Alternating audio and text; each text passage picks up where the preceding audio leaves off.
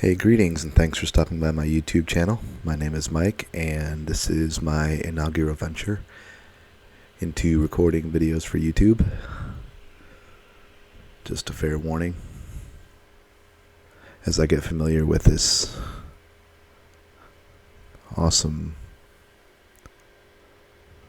social media platform that works great for getting out your message. Not that I have a message in particular. I'm just trying to get my voice out there and name out there just like everybody else. I'm not trying to become super famous or anything. More or less just trying to pursue something that I love doing and that I also studied in college that I really haven't had a really good opportunity to try to get into. I've worked at a radio station but didn't pan out in the end. Not gonna cry over that, but anyway, today I'm just gonna read you and try to comment on a few stories that I find interesting in the news. This first one is from NPR.org, National Public Radio. I know you usually probably associate that with probably pretty boring stuff and the monotone sounding and really serious announcers and presenters, but here we go anyway. This one's a little funny and has to do with the current season we're in, the cold and flu, but kind of a scary one, but amusing at that. It's by Colin Dwyer from January 16th, 2018, entitled "Man Ruptures His Throat by Stifling a Big Sneeze, Prompting a Doctor's Warning." It begins out with, "Now there is an ample reason for you to cover your nose when you sneeze. It's flu season, after all, and the Centers for Disease Control and Prevention has made it quite clear it doesn't want you spreading your germs with reckless abandon." Sounds like kind of obvious advice, but you see people all the time that don't cover their mouths when they sneeze. And I've personally seen it's kind of gross, people not washing their hands after they use the bathroom and blow their nose and that kind of thing. But anyway, it goes on with, "But let's not go overboard here, people." In a report Monday in the journal BMJ Case Reports, several ear, nose, and throat specialists detail the woes of a man who tried to entirely stifle a strong sneeze. And those woes aren't exactly pretty. The unnamed patient in question, a 34-year-old described as previously fit and well, attempted to stop a particularly forceful sneeze by pinching the nose and holding his mouth closed. That just sounds like disaster written over it all there. Usually when you do that, you end up with a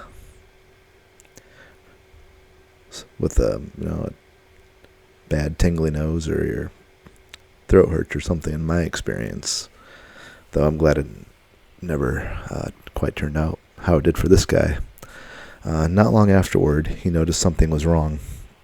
It hurt when he swallowed, and he observed a change of voice. What's more, his neck had swollen, and when he tried to move it, produced an unsettling popping and crackling sensation. As it turns out, his doctors noticed it too, once he had been admitted to the emergency department at Britain's Leicester Royal Infirmary. Here's where it gets interesting. X-rays revealed the cause: little streaks of air embedded in the soft tissue of his neck, conditions known as subcutaneous emphysema and pneumodiastenum. Sorry about that. It's a very long medical word. Trying to pronounce that, especially on the spot. In other words, by trying to suppress the full force of his sneeze, the man literally ruptured his throat. The air that sneeze would have blasted forth instead made its way into his soft tissue as tiny bubbles. But don't panic. After at least a week or so of recovery, the man was well enough to leave the hospital, with the advice to avoid obstructing both nostrils while sneezing. The doctor's ad and his follow-up 2 months later revealed a clean bill of health.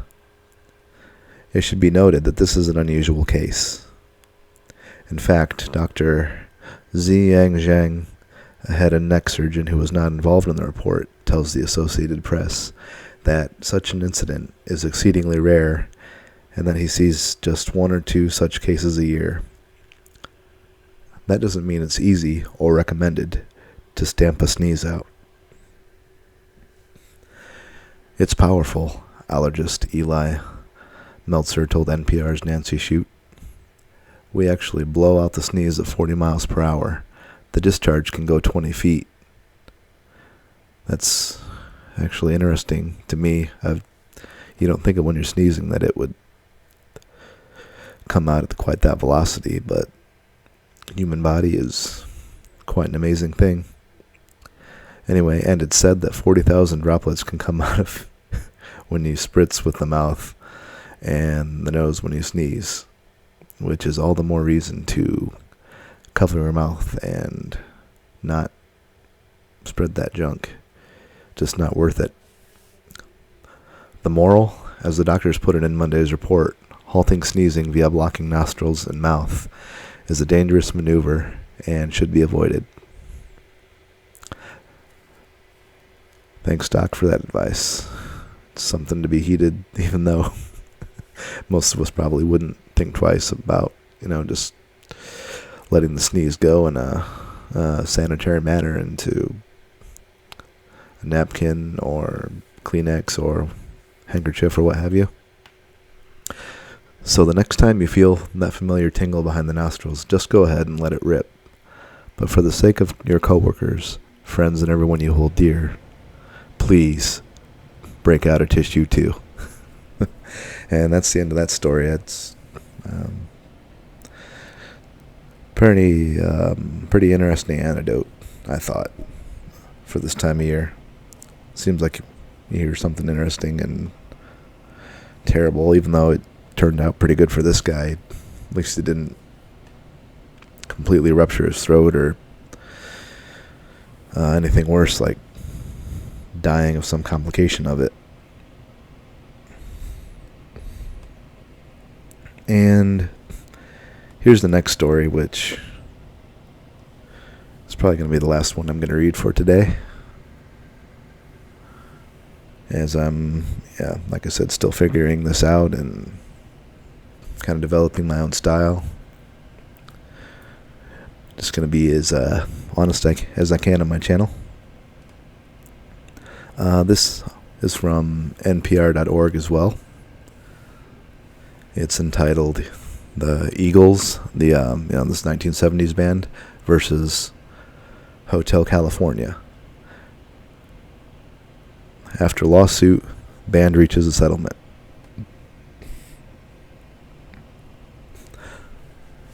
The Hotel California was, according to a case filed against it by legendary rock band the Eagles, living it up a little too much. The rock band sued the Mexico-based hotel, which shares a name with the band's iconic 1976 song, resulting in settlement Thursday. The settlement's terms were not disclosed, but you can probably bet it was a nice little bit of compensation, or probably telling them to tone it down and not claim that they're the hotel in that song, because they're not. But article goes on. The Eagles accused the Hotel California, located on the Baja California Peninsula, of trying to trick visitors into thinking that it is the one and the same as the lovely place, in quotes, of its most successful song by the Eagles. In court documents, the rock band claims that the song from the album of the same name wafts through the hotel lobby, while merchandise in the gift shop describes it as the legendary hotel. Such a designation only makes sense, the plaintiffs wrote in their complaint, if the hotel is somehow connected with the Eagles' famous and legendary song, which it is not. In quotes. In fact, the hotel was originally named Hotel California in 1950, predating the song. But according to court documents, its name had been changed to Todos Santos Hotel. which in a sidebar means everyone's holy hotel or something like that in my crude bit of Spanish there. Before it was bought in 2001 and branded again as Hotel California. The Mexico-based hotel also filed an application in 2015 to trademark the phrase Hotel California in the U.S., and according to the complaint, was selling substantial Hotel California merchandise in the U.S.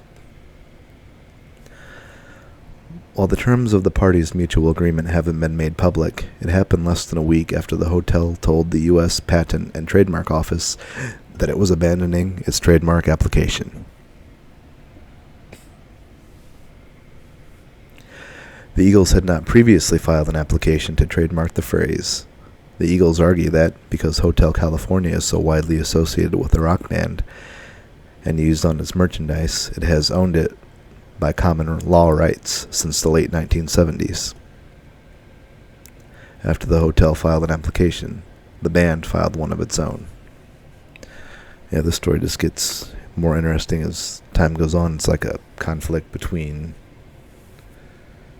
someone who had the name before and is trying to capitalize on it, and a band that ultimately got that hotel, as famous as it is now.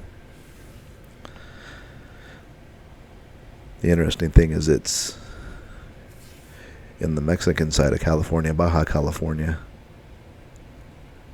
but the real hotel, which I'll read later on, is actually a hotel in Beverly Hills, the one that's on the album cover anyway.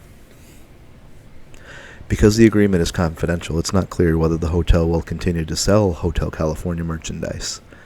According to a statement from the hotel's lawyer, the hotel and its affiliates will continue to use the service mark and trademark Hotel California in Mexico. The lawyer added that the hotel claims no association with the Eagles or its song and record album, Hotel California.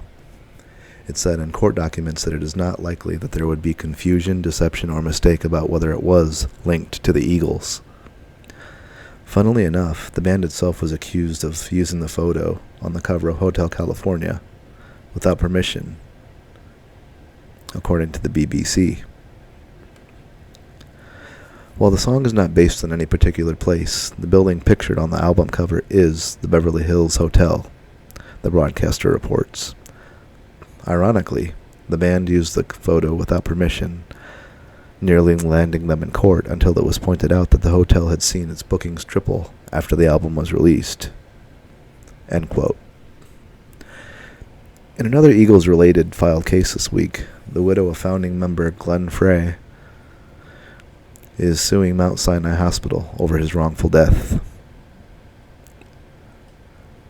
Cindy Frey excuse me for not knowing how to pronounce that, said in the lawsuit that her husband died in 2016 as a result of negligence by the hospital and its doctors. That's kind of a little bit of a random bit there at the end, but Eagles related and just adds a little more substance to the whole article and case. Really just sounds like a thing about confusion, but you'd have to think that that Hotel California in Mexico has some knowledge, and if they're really playing that song over and over again and selling merchandise with that on, you'd think that they're kind of, purveying something that's not true and capitalizing something that's not theirs, but it seems like it all worked out in the end and everybody got theirs. But those were the couple stories I just wanted to share with you tonight.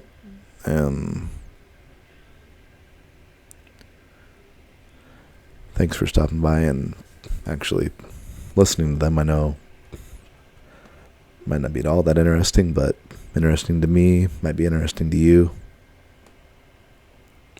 Actually, you know what? I'm going to go on here in another little story. This is from the AP Newswire, entitled Florida Police 7-year-old restrained for punching teacher, which I thought was a little interesting. This happened in Miami, Florida. The article goes, actually, this article is by Adriana Gomez Lecon. Hope I'm pronouncing that right. Anyway, it says school districts officials in Florida said they followed standard protocol last week when a 7-year-old boy was placed in handcuffs and removed from his school. And they say it's the second time since the school year began that the first grader had to be restrained after displaying aggressive behavior. One of those, like, well, you can't say only in Florida, but it seems like they always have interesting stories down there. Gotta wonder what's going on, what's in the water, or just the overall culture. Miami and South Florida always seems to be a little bit weird anyway. The latest episode happened Thursday when a teacher at the Coral Way K-8 Center in Miami told the boy to stop playing with his food in the cafeteria. When the child refused to stop, he was taken from the cafeteria, according to an incident report from Miami-Dade County Public Schools police officer Monique Soriano. The report said the boy hit the teacher repeatedly in the back when they were in the hallway outside the cafeteria. The child continued punching and kicking the teacher until they both fell on the ground, according to the report, which also said he grabbed her hair. Sounds like troubled kid, or he's maybe having trouble in school, being bullied, you never know. Home problems. Hard to say when there's usually some good reason when a child that young acts up, but the boy was hospitalized briefly at Miami Children's Hospital under the Florida Mental Health Act, based on behavioral criteria that indicated he could pose a threat to himself or others, school district officials said. Authorities later said it was the second time officers had resorted to handcuffing the student under the same law. And that just sounds a little bit crazy, having to handcuff a kid that young to get him under control. Maybe a little bit overboard, which later is kind of alluded to. The child's mother, Mercy Alvarez, said her son doesn't have a mental disorder. Instead, she called her son's treatment police abuse. She says, "If my child wasn't aggressive anymore when we got there, like they're saying he was before, why take such extreme measures?" she said. Which, he could probably calm down because he sees his mother and, knows he's safe and in a better mental space, emotional space. Alvarez said her child didn't show aggressive behavior at home until the school year started. She said in past years he had gotten good grades, participated in other activities, and behaved well. Which makes you wonder, reading between the lines, what exactly is going on at that school. In his class, teachers, what they're doing. I mean, all they can do is pontificate from where I'm at here, but yeah. "This is too much for a boy that age to go through. It can't be a normal procedure," she said, which, yeah, I wouldn't agree with either about doing that to a child, but if it really was that extreme and he was hurting the staff, he'd kind of have to be. She recorded the incident of her son last week with her cell phone and shared it on Facebook, where it has been viewed nearly 3 million times. In his report, Soriano wrote that another teacher and several students witnessed the incident, which was also captured on the school surveillance camera. The boy's parents were notified and came to the school, the report said. The child's father agreed with school officials that the child should be taken to the mental health facility, the report said, which a little bit different end of the spectrum than what the mother, Mercy Alvarez, was saying. But the mother disagreed, telling officials nothing was wrong with her son. Alvarez said that the officer was threatening to take the child to jail if they didn't agree to have him taken to a mental health facility for an evaluation, which I really don't think that's in jurisdiction, and taking a child that young to jail, that wow, that's pretty low. If you ask me, there's a lot better options than that. It's not like he's a grown adult acting up. The teacher told the officer her back was hurting after the incident, but she didn't have any visible injuries. She told officials she intends to press charges, the report said. I mean, charges against who? The child? The parents who really can't do anything about it when their child's at school? So that just sounds a bit nuts to me, anyway. School district spokesman Jacqueline Calzadilla said in an email the boy wasn't actually arrested but restrained for transport. Ian Moffat, the school district's police chief, said in a statement that it was rare for students this young to be Baker acted, referring to a Florida law that allows police and certain other officials to initiate an involuntary institutionalization for a psychological evaluation. Talk about a mouthful. I'd never heard of that rule either, but that's a Florida law. However, this action was warranted to prevent his erratic and violent behavior from bringing further harm to others or himself, which, if you believe the school and all the other officials involved in the school and law enforcement, that could happen. Moffat said the police officer followed standard operating procedures in taking the child to the hospital. However, the district's professional compliance unit is investigating the incident. Later on Monday, school district officials released a report showing this was the second time the boy had been restrained at school and taken to the same hospital for an examination. According to the report, the student punched students and staff members on November 30th and acted aggressively towards Soriano when he responded, which you think there'd be some way of figuring out what the problem was and trying to remedy it, or at least,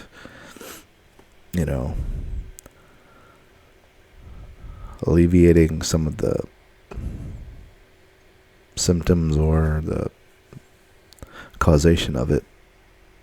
You know what I'm trying to say. The district says the boy was allowed to ride with a parent to the hospital at that time. Alvarez said neither she nor the child's father was allowed to accompany him, either in November or last week, which is a little bit shady in my opinion, a little bit weird. You'd think you'd want a young children's parents around for that, for his well-being. There's a side note on this story. The story has been changed to clarify that while the minor child was placed in handcuffs, he was not arrested but was restrained for transport, according to a school official. And Frida Frisaro in Miami contributed to this report. Well, that's the end of that, and the end of this episode or video, or however you want to categorize it. Thanks for stopping by, tuning in, and I'm hoping to try to do at least one video a week in my busy life.